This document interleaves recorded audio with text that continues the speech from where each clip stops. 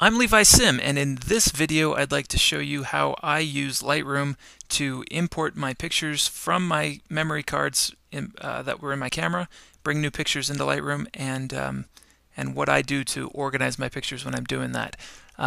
First thing is open Lightroom, and this is what you see. Then if you insert a memory card into your computer, the default settings have Lightroom activate the import dialog automatically.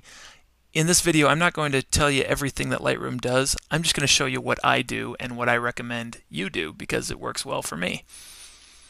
On the left side, it's showing me that my pictures are coming from the Nikon D7000. Perfect. They are going to be copied as a DNG. That's what I do. The other option when you're bringing pictures from a memory card is to copy them as a RAW file. Say this is from my Nikon camera, so it's a NEF RAW file. But copying as a DNG makes a smaller picture. It makes us, or not a smaller picture, but a smaller file size. It saves 20% is what I've heard. And that's a big deal in the long term. I shot a terabyte worth of pictures in 2011, and if those were NEF files, they'd be a terabyte. If I'd saved them as a DNG, that would only be 80 gig, and that's a lot of difference. So a DNG is a good thing for me. It's also a more universal file format, and that might be important at some point. Anyway, that's what I use. Then I'm going to select the pictures I'm going to import. I don't want to import some of these pictures. For instance, some of them are just garbage. A test shot of a door I don't need. So I come down to the bottom and uncheck all. And if you've got the time, you can choose to not import some pictures and import others, and that is just fine to do. I'm going to come down here, and notice these pictures are now grayed out. That's because under file handling I have don't import suspected duplicates checked, and that is good. Otherwise it'll bring in pictures that are already in my on my computer in Lightroom, and I don't want to have all that extra junk. So make sure that is checked. And then I'll come down here to some pictures that aren't yet in my catalog, starting with that one.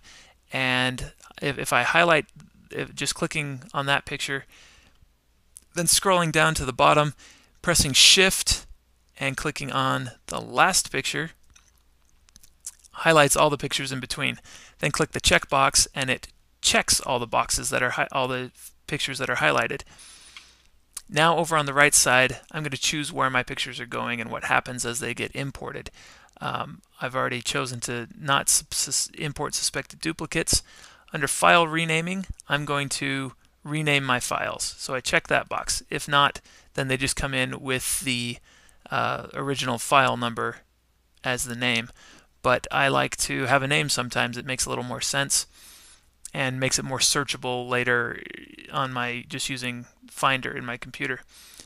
Then I can choose the template that I use to rename. I like custom name and a sequence. I'm calling these muslin samples because I got a new muslin backdrop and we were checking out how it works. And then apply during import. This is a wonderful spot. You can add all kinds of keywords. I would add things like models. I will add what else is there? Oh, beauty dish. I shot with my new beauty dish, and maybe I'll want to be able to find pictures in the future that were shot with a beauty dish. So I think you should be superlative with keywords. If it was just Aaron in these pictures, I'd add woman, girl, white sweater, black leggings, barefoot, anything to identify these pictures so that if somebody is looking for pictures from me in the future of a girl barefoot on a muslin background with black leggings, then I've got those keywords right here and I can use those to search my catalog, and it is such a wonderful thing to be able to have your pictures right at your fingertips anytime you like that way. So I highly recommend using keywords excessively. Now for destination. This is where you put your pictures and how they're imported. First, you want to choose, well, the default is to go by date, and that drives me nuts because then it puts a folder down here with the pictures with dates for folder names of when I shot the pictures. To me, that's useless. I don't want to remember my the date that I shot a picture. I want to remember the name when I shot the picture. And so I've got a 2012 folder, and that's as far as I go with the date. Under that, I do the name of the shoot I did. So the other day I shot at the bird refuge, and there's a folder for that. I shot Partners in Leadership. There's a folder for them. Then when Partners in Leadership says, hey, can I have that picture that we did? I know it was in the Partners in Leadership folder. I don't have to remember that it was shot on January 1st or whatever. So I highly recommend changing that into one folder. And then if you'd like, you can do a subfolder. So right now I've got 2012 selected and a subfolder of messing around. That's going to put it into this folder. If I click on the messing around folder, it's going to add another folder because I have subfolder checked. So I could uncheck that and just have them go directly into that folder. And that's what I'll do. And then, and this is going into this is the hard drive that I want it to go into my files hard drive. And then I click import. And that's it. Now this progress bar on the top left shows me the pictures coming in, or shows me the progress as they come in.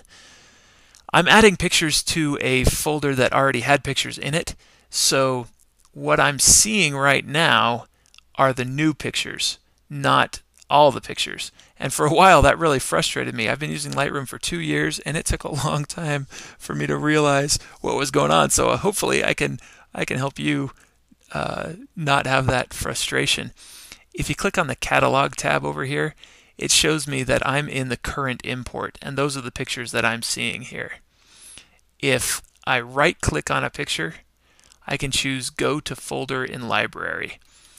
And now that takes me to the whole folder where all the pictures are, not only the ones that I'm importing right now, but everything in that folder. So that's really handy, and I hope that helps you to not have a fuss as you're looking for your pictures. And those pictures are coming in. Let's just have a look at a couple of these real quick.